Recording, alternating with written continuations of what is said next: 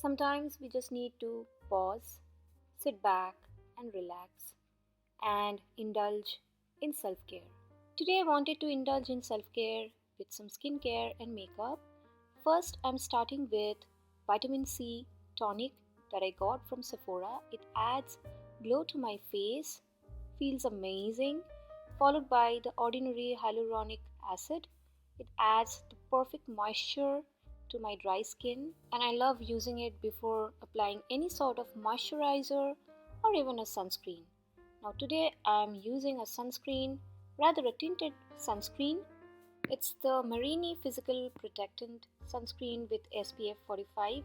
Doesn't add any white cast, which is the best part about this sunscreen, and acts as a very good base before foundation. Today I'm using Clinique foundation, which I also double up as concealer as and when required.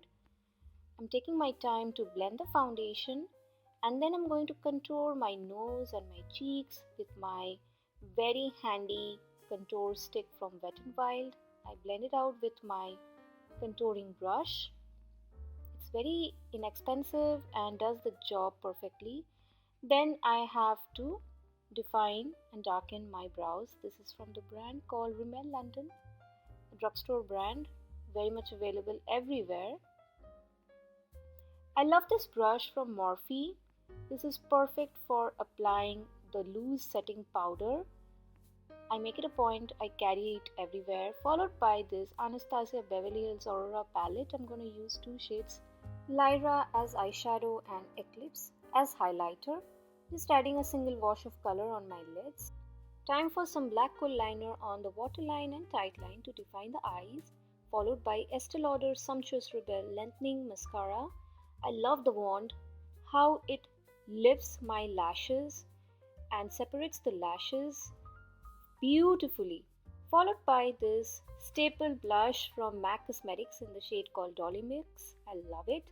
And then I'm adding the highlighter from the Aurora palette from Anastasia Beverly Hills in the shade Eclipse. And lastly, of course, some lipstick. I love this hydrating lipstick from Maybelline in the shade called Pink Flare. Totally a must-have shade. It's available everywhere at the drugstore. Goes well with any kind of skin tone. Very hydrating, looks perfect during winter time. And yeah, that's it. This is the final look. I feel so good. And let me share the outfit of the day. This is what I wore.